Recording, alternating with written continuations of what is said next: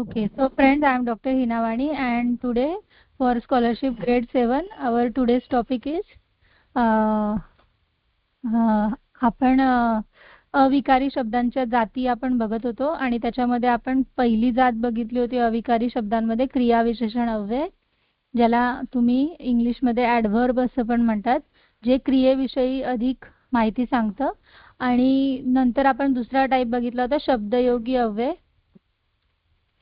म्हणजे प्रेपोजिशन आपण म्हणू शकतो. शब्दांचा क्रियेशी जो संबंध आहे तो या ठिकाणी दाखवला जातो. आता दोन शब्दांमधला संबंध दाखवला जातो. आता तिसरं जे आपल्याला बघायचंय ते आहे उभयान्वयी अव्यय. यालाच आपण कंजंक्शनशी कंपेअर करू शकतो. तर ह्यामध्ये उभय म्हणजे दोन आणि अन्वय म्हणजे संबंध.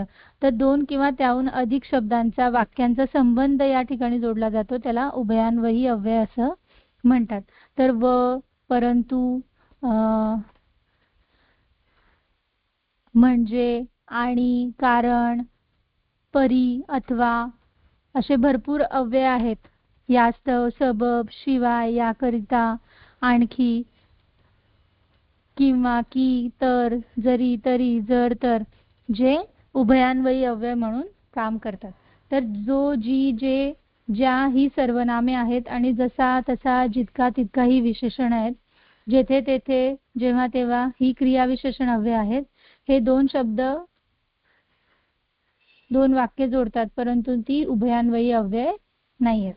तर जरी तरी उभयान्वयी अव्यय आहे, पण जो, जी, जे, ज्या किंवा जसा तसा जितका तितका हे जे वर्ड्स आहेत हे उभयान्वयी अव्यय नाही आहेत. ओके, तर आता आपण डायरेक्टली ह्याच्यावर आधारित सरावाचे प्रश्न जे आहेत ते आपण सोडवूया. तर पुढील प्रत्येक गटातील उभयान्वयी अव्यय असलेल्या पर्याय क्रमांकाचं वर्तुळ आपल्याला रंगवायचं आहे. आणि पर्याय तुम्हाला दिलेले आहेत पहिल्या प्रश्नामध्ये, बऱ्याचदा, नंतर, सबब, समोर.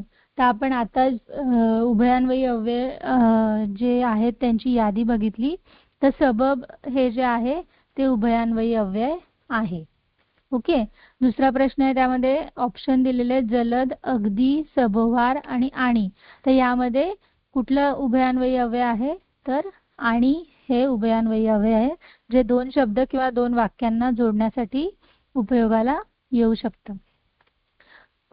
पुढच्या वाक्यामध्ये पुढच्या प्रश्नामध्ये अथवा, दररोज, म्हणणे, सावकाश यामध्ये तुम्ही सांगू शकतात की कुठलं उभयान्वयी अव्यय आहे.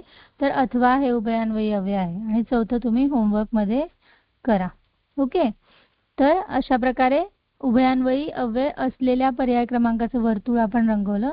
आता पुढचा प्रश्न बघूया. पुढे दिलेली वाक्य जोडण्यासाठी कोणती उभयान्वयी अव्यय वापरावी लागतील त्या पर्याय क्रमांकाचं वर्तुळ आपल्याला जोडायचं आहे. तर तो शहरात गेला आणि दुसरं वाक्य आहे त्याला खेड्यात काम नव्हते. आणि तुमचे पर्याय आहेत आणि, किंवा, कारण, तर. तर इथे तो शहरात गेला आणि त्याला खेड्यात काम नव्हते. तर तो शहरात का गेला त्याचं रिझन दिलेलं आहे की त्याला खेड्यात काम नव्हतं, म्हणून इथे कुठलं उभयान्वयी अव्यय येईल? तर कारण. ओके, बरोबर. तर वाटेत दुसरा प्रश्न आपण बघूया. वाटेत गाडी बंद पडली, यायला उशीर झाला. आता यायला उशीर का झाला ह्याचं कारण इथे दिलंय आणि आपण आता बघूया की का कुठलं उभयान्वयी अव्यय तिथे वापरता येईल. तर वाटेत गाडी बंद पडली, यायला उशीर झाला. सबब, आणिक, म्हणजे, परंतु. ओके, तर इथे सबब हे उभयान्वयी अव्यय येईल. गाडी वाटेत बंद पडली त्यामुळे यायला म्हणजे सबब यायला उशीर झाला. ओके, आकाशात काळे ढग जमले, पाऊस पडलाच नाही. आता इथे वा, म्हणून, यास्तव, पण. तर कुठलं उभयान्वयी अव्यय येईल? पण, कारण आकाशात काळे ढग जमले पण पाऊस पडलाच नाही असं आपण म्हणतो. चौथं आणि पाचवं तुम्ही होमवर्कला ट्राय करू शकता. आता पुढचा सरावाचा प्रश्न आपण बघूया, ज्यामध्ये आपल्याला योग्य पर्याय क्रमांकाचं वर्तुळ आपल्याला रंगवायचं आहे. तर पुढीलपैकी उभयान्वयी अव्यय नसणारा शब्द कोणता हे आपल्याला ओळखायचं आहे. तर तुम्हाला दिलेले पर्याय असे आहेत की जरी, तरी, याकरिता, परी, आणि जो. तर आता आपण आताच नियम जेव्हा बघितले तेव्हा आपण बघितलं की जो, जी, जे ही सर्वनामं आहेत ती उभयान्वयी अव्यय नाहीत. म्हणून इथे योग्य पर्याय क्रमांक असेल जो, की, जो की उभयान्वयी अव्यय नाहीये. पुढीलपैकी कोणत्या वाक्यात उभयान्वयी अव्यय वापरले आहे ते आपल्याला ओळखायचे आहे. देव तुमचे भले करो हे पहिलं वाक्य आहे. मरावे परी कीर्तिरूपी उरावे हे दुसरं वाक्य आहे. बाबा गावी परवा पोहोचले हे तिसरं वाक्य आहे. चोरावर मोर हे चौथं वाक्य आहे. तर या ठिकाणी परी हे उभयान्वयी अव्यय वापरलेलं आहे, त्यामुळे पर्याय क्रमांक 2 यामध्ये उभयान्वयी अव्यय हे वापरलेलं आहे. चोरावर मोर हे चोरावर मोर शब्दयोगी अव्ययाचा प्रकार आहे. ओके, पण उभयान्वयी अव्ययाचा प्रकार कुठला आहे तर ऑप्शन नंबर 2. तिसरं तुम्ही ट्राय करू शकता. आता आपला चौथा जो अव्ययाचा प्रकार आहे तो आहे केवल प्रयोगी अव्यय. यालाच इंटरजंक्शन असं पण आपण इंग्लिशमध्ये म्हणतो. ओके, तर आपल्या मनातील एखादी भावना सहजपणे किंवा तीव्रतेने व्यक्त करणाऱ्या अव्ययाला केवल प्रयोगी अव्यय असं म्हणतात. बापरे, केवढा मोठा हा साप. तर या ठिकाणी बापरे हे जे आहे हे केवल प्रयोगी अव्यय आहे. अरे रे हे जे आहे हे केवल प्रयोगी अव्यय. हे नेहमी वाक्याच्या सुरुवातीला येतात आणि त्याच्यानंतर आपण उद्गारवाचक चिन्हाचा प्रयोग हे करतो. ओके, तर काही केवल प्रयोगी अव्ययांची यादी दिली आहे आणि त्या कुठल्या भावना व्यक्त करतात ते आपल्याला दिलंय. तर ओहो, वा, वाह वा, आहा हे हर्षदर्शक केवल प्रयोगी अव्ययांची उदाहरणं आहेत. अरे रे, हाय हाय, अग ग हे शोकदर्शक आहेत. अरे वा, अबब, अरे बापरे वगैरे हे आश्चर्यदर्शक आहेत. हा, जी, होय, ठीक, अच्छा, बरं आहे संमती दर्शक आहेत. तर अशा प्रकारे तिरस्कार दर्शक, संबोध दर्शक, विरोध दर्शक, प्रशंसा दर्शक, मौन दर्शक असे वेगवेगळे केवल प्रयोगी अव्यय आपण दैनंदिन व्यवहारामध्ये वापरतो. तर तुम्ही ही यादी व्यवस्थित नजरेखालून घाला. आता आपण सरावाचे प्रश्न बघूया. तर पुढील प्रत्येक वाक्यात रिकाम्या जागी कोणते केवल प्रयोगी अव्यय वापराल त्याची निवड करायची आहे. अव्ययाची जागा रिकामी आहे. छान निसर्गचित्र काढलेस तू असं वाक्य दिलेलं आहे. बापरे, शाब्बास आणि शी असे 4 ऑप्शन आहेत. आता हे काही भीतीदायक नाहीये, काही नकारात्मक नाहीये आणि घाणेरडंही नाहीये, त्यामुळे इथे येईल शाब्बास. शाब्बास, छान निसर्गचित्र काढलेस तू. अव्ययाची जागा रिकामी आहे. मी असे कधीच बोललो नाही. आता इथे कुठलं केवल प्रयोगी अव्यय येईल तर छे. छे, मी असे कधीच बोललो नाही. ओके, तर पर्याय क्रमांक 1 हा अचूक पर्याय असेल. तिसरं वाक्य आहे तू मला संध्याकाळी बागेत भेट आणि ऑप्शन आहे हट, भले, आहाहा, ठीक. तर या ठिकाणी संमती दिलेली आहे, त्यामुळे ठीक हे केवल प्रयोगी अव्यय येईल. ठीक, तू मला संध्याकाळी बागेत भेट. अशा प्रकारे हे योग्य केवल प्रयोगी अव्यय निवडून वाक्य जे आहे ते पूर्ण करायचे. उर्वरित प्रश्न तुम्ही घरी ट्राय करा. आता आपल्याला ठळक अक्षरात दिलेल्या प्रत्येक केवल प्रयोगी अव्ययातून कुठली भावना व्यक्त होते ते आपल्याला ओळखायचं आहे आणि पर्याय दिलेले आहेत. अरे बापरे हा ठळक शब्द दिलाय आणि पर्याय आहेत विरोधाची, तिरस्काराची, आश्चर्याची की संबोधनाची. तर अरे बापरे हे जे आहे ते आश्चर्य दाखवण्यासाठी मेनली आपण वापरतो, त्यामुळे आश्चर्याची भावना त्या ठिकाणी व्यक्त केली आहे. भले हे जे केवल प्रयोगी अव्यय आहे ते कुठली भावना व्यक्त करतात तर तुमचे पर्याय दिलेत आनंदाची, प्रशंसेची, आश्चर्याची की तिरस्काराची. तर या ठिकाणी भले हे जे आहे ते आनंदाची भावना व्यक्त करतं, त्यामुळे पर्याय क्रमांक 1 हे आपलं अचूक उत्तर आहे. आता 3 आणि 4 तुम्ही स्वतः सोडवायचा प्रयत्न करा. पुढचा प्रश्न आपण बघूया. ठळक अक्षरात दिलेली भावना व्यक्त करण्यासाठी पुढीलपैकी कोणते केवल प्रयोगी अव्यय येऊ शकत नाही त्याचा पर्याय क्रमांक आपल्याला रंगवायचा आहे. म्हणजे जे 3 आहेत त्यांचा मीनिंग सेम असणार आहे. एक जे आहे त्याचा मीनिंग अपोजिट असेल, तेच आपल्याला ओळखायचं आहे. तर आनंदाची भावना आपल्याला व्यक्त करायची आहेत आणि ऑप्शन दिलेले आहेत वाह वाह, आहा, ओ हो, जी. तर या ठिकाणी कुठलं असेल केवल प्रयोगी अव्यय जे आनंदाची भावना व्यक्त करणार नाही? तर जी हे जे केवल प्रयोगी अव्यय आहे ते आनंदाची भावना व्यक्त करणार नाही.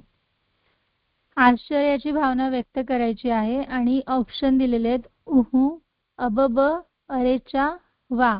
तर या ठिकाणी उहू हे जे आहे ते आश्चर्याची भावना व्यक्त करणार नाही आणि म्हणून तो आपला पर्याय क्रमांक 1 हा आपला अचूक पर्याय क्रमांक आहे.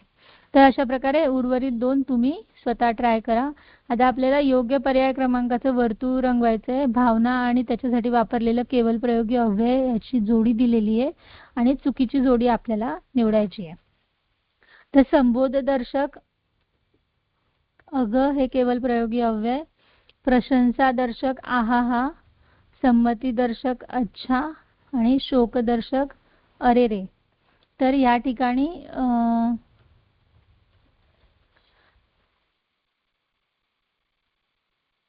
प्रशंसादर्शक आहा जे आहे ते चुकीची जोडी आहे. तर आपण एकदा यादीमध्ये कन्फर्म करूया की प्रशंसादर्शक केवल प्रयोगी अव्यय कुठले कुठले आहेत. तर तुम्ही बघू शकता शाबास, भले, छान, ठीक हे शब्द जे आहेत ते प्रशंसा दाखवण्यासाठी वापरतात आणि आहा जो आहे तो हर्ष दाखवण्यासाठी वापरतात. त्याच्यामुळे ही जी जोडी आहे ही चुकीची जोडी आहे. त्याच प्रकारे तुम्ही पुढचा प्रश्न सोडवू शकता ज्या ठिकाणी आपल्याला बरोबर पर्यायाची जोडी निवडायची आहे. आता आपण 8 शब्दांच्या जाती आतापर्यंत बघितल्या, ज्यामध्ये आपण 2 सबटाइप बघितले, विकारी आणि अविकारी. तर विकारी शब्दांच्या ज्या जाती आहेत त्यांचं रूप बदलतं, अविकारी शब्दांच्या जातींचं रूप बदलत नाही. म्हणजे ते शब्द तसेच्या तसे येतात, त्यांना ने, ला, शी, च्या, ची असे प्रत्यय लागत नाही. तर विकारी शब्दांचे 4 प्रकार आपण बघितले, नाम, सर्वनाम, विशेषण आणि क्रियापद. आणि अविकारी शब्दांना अव्यय असे म्हणतात आणि त्यांचे आपण 4 प्रकार बघितले, केवल प्रयोगी, शब्दयोगी, उभयान्वयी आणि क्रियाविशेषण अव्यय. ओके. आता आपल्याला या 8ही शब्दांच्या जातींवर एकत्रित जो एक्सरसाइज किंवा स्वाध्याय आहे तो सोडवायचा आहे. ओके. तर त्यातला पहिला प्रश्न आपण बघूया.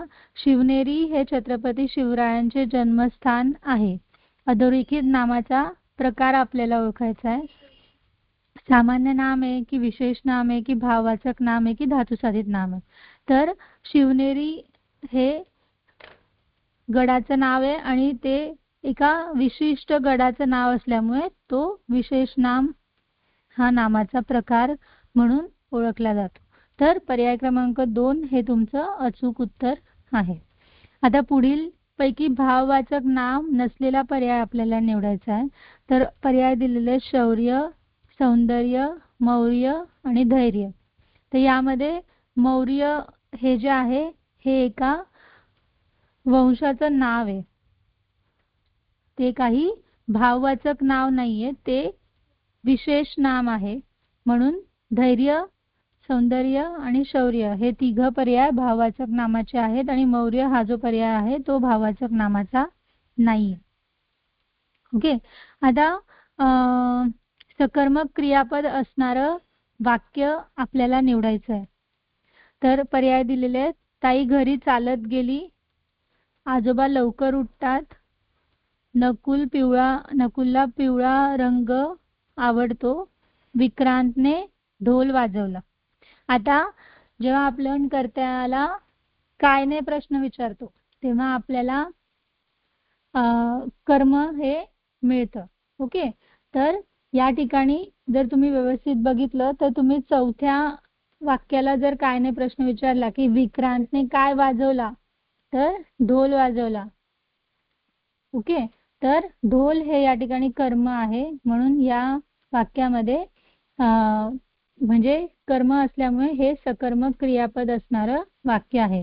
मग बाकीचे का नाही आहेत, तर आजोबा उठतात मिनिंग कम्प्लीट होऊन जातो. लवकर या शब्दाला या ठिकाणी काहीही व्हॅल्यू नाहीये. नकुलला पिवळा रंग आवडतो, नकुलला रंग आवडतो, इथे पण वाक्य कम्प्लीट होऊन जातं. ओके. ताई चालत गेली, तर म्हणून या ठिकाणी विक्रांतने काय केलं, कुठली कर्म त्याने केलं, तर ढोल वाजवण्याचं कर्म त्याने केलं. त्याच्यामुळे ढोल हा शब्द कर्म असल्यामुळे हे सकर्मक क्रियापद असलेलं वाक्य आहे.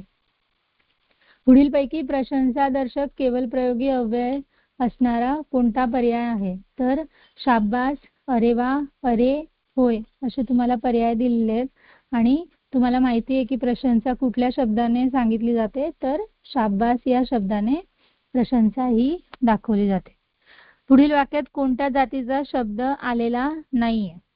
तर इथे वाक्य दिलेलं आहे, ओढाळ वासरू जंगलात सैरावैरा धावू लागले. ओके. आता तुम्ही जर व्यवस्थित बघितलं तर या ठिकाणी कुठेही सर्वनाम हे आलेलं नाहीये. ओके. कारण तो, ती, ते, त्याला, तिला हे सगळे सर्वनामाचे शब्द आहेत जे सर्वनाम म्हणून वापरले जातात. आणि या ठिकाणी कुठेही सर्वनाम हे आलेलं नाहीये. त्याच्यामुळे नाम आहे, वासरू नाम आहे, जंगल नाम आहे, विशेषण सुद्धा आहे, क्रियापदही आहे. त्यामुळे काय नाहीये, तर सर्वनाम त्या ठिकाणी नाहीये. आता आपल्याला पुढचा तुम्ही घरी ट्राय करा. आपण पुढचा बघूया. आग्रा येथील ताजमहल ही सुंदर व प्रेक्षणीय इमारत आहे. या वाक्यात एकूण किती नामं आली आहेत ते आपल्याला ओळखायचं आहे. तर तुम्ही जर व्यवस्थित बघितलं तर पहिलं नाम आहे आग्रा, दुसरं नाम आहे ताजमहल, तिसरं नाम आहे इमारत. तर अशा प्रकारे या वाक्यामध्ये 3 नाम आलेली आहेत आणि त्यामुळे योग्य पर्याय क्रमांक आहे पर्याय क्रमांक 1. ओके. तर पुढचं बघूया. पुढीलपैकी कोणतं उभयान्वयी अव्यय नाही? आता उभयान्वयी अव्यय म्हणजे कंजंक्शन, म्हणजे 2 वाक्यांना जोडतं. ओके. तर परंतु, यास्तव, समोर आणि सबब असे 4 पर्याय दिलेत आणि ह्यापैकी आपण जर व्यवस्थित बघितलं तर समोर हे जे शब्द आहे ते उभयान्वयी अव्यय नाही. ओके. ते शब्दयोगी अव्यय म्हणून वापरलं जाईल. दिवाळीत नवीन कपडे, ताजा फराळ, गोड मिठाई, वाजणारे फटाके मिळतात. आता किती विशेषणं आली आहेत ती आपल्याला ओळखायची आहेत. तर तुम्ही जर व्यवस्थित विशेषणं मोजली तर तुम्हाला कळेल की नवीन हे एक विशेषण आहे, ताजा हे विशेषण आहे कारण ते फराळाबद्दल विशेष माहिती सांगते, नवीन हे कपड्यांबद्दल विशेष माहिती सांगते, गोड हा मिठाईबद्दल विशेष माहिती सांगतोय आणि वाजणारे हे फटाक्यांबद्दल विशेष माहिती सांगताय. तर अशा प्रकारे या वाक्यामध्ये 4 विशेषणं ही आलेली आहेत. आता पुढचा प्रश्न, पुढीलपैकी कोणत्या वाक्यात शब्दयोगी अव्यय आलेले नाहीये ते आपल्याला ओळखायचं आहे?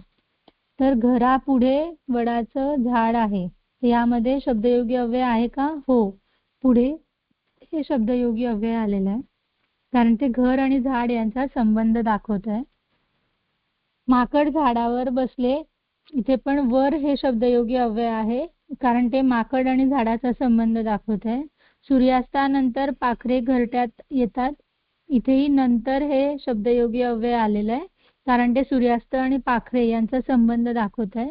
तो थोडा वेळ थांबला व नंतर निघाला, यामध्ये कुठेही शब्दयोगी अव्यय आलेलं नाहीये आणि त्यामुळे शब्दयोगी अव्यय नसलेलं वाक्य तुमचा पर्याय क्रमांक 4 हा आहे.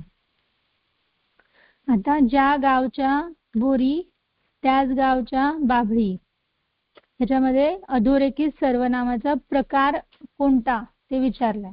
तर सर्वनामाचे प्रकार आपण बघितले होते, दर्शक, संबंधी, सामान्य आणि पुरुषवाचक. तर या ठिकाणी कुठला प्रकारचं सर्वनाम आहे? तर ज्या गावच्या बोरी त्याच गावच्या बाभळी, म्हणजे गावाशी रिलेटेड काहीतरी सांगितलं गेलंय आणि या ठिकाणी संबंध दाखवलाय म्हणून हे संबंधी सर्वनामाचा प्रकार आहे. नामाची व्याप्ती मर्यादित करणारा शब्द कोणता? तर सर्वनाम, कारण त्याची व्याख्याच तशी आहे. नामाच्या ऐवजी वापरला जातो, नामाची व्याप्ती मर्यादित करतो, त्याला सर्वनाम असं म्हणतात. विशेषण हे त्याचे योग्य व्याप्ती मर्यादित करणारा शब्द. पुढीलपैकी कोणते कालवाचक विशेषण कालवाचक क्रिया विशेषण अव्यय नाही ते आपल्याला ओळखायचे आहे. सभोवार, आजकाल, वेळोवेळी आणि वारंवार. जर आपण व्यवस्थित बघितलं तर या ठिकाणी कुठलं कालवाचक क्रियाविशेषण अव्यय नाही, तर सभोवार हे स्थलवाचक क्रियाविशेषण अव्ययाचा प्रकार आहे, कारण ते जागेबद्दल जास्त माहिती देत आहे. आजकाल हे टाइम बद्दल बोलत आहे, वेळोवेळी पण टाइम बद्दल बोलत आहे आणि वारंवारही टाइम डिनोट करत आहे. त्याच्यामुळे हे तिघही कालवाचक क्रियाविशेषण अव्यय आहेत आणि नसलेला पर्याय आहे सभोवार. आता पुढचा जो प्रश्न आहे तो तुम्ही स्वतः घरी ट्राय करा. अनेकदा हा कुठल्या क्रियाविशेषण अव्ययाचा प्रकार आहे ते आपल्याला सांगायचं आहे. चुकीची जोडी आपल्याला निवडायची आहे. मौनदर्शक चिप, तिरस्कारदर्शक फक्कड, संबोधदर्शक अहो आणि शोकदर्शक अगाई. तर ह्याच्यापैकी जर तुम्ही बघितलं तर मौन पाहण्यासाठी आपण चूप हा शब्द वापरतो, संबोधण्यासाठी अहो हा शब्द वापरतो, शोक दाखवण्यासाठी पण अग आई हा शब्द वापरतो, पण तिरस्कार दाखवण्यासाठी फक्कड हा शब्द आपण नाही वापरत. त्याच्यामुळे फक्कड आणि तिरस्कार दर्शक ही चुकीची जोडी आहे. आभाळातील काळे ढग पाहून मोराने आपला सुंदर पिसारा फुलवला. या वाक्यातील किती शब्द नामाचे कार्य करतात? तर आता बघा, आभाळ, ढग, मोर आणि पिसारा किती झाले? 1, 2, 3 आणि 4. तर पर्याय क्रमांक 3 हे आपलं अचूक उत्तर आहे. पुढीलपैकी कोणत्या विशेषाला संख्या विशेषण जोडलेले नाही?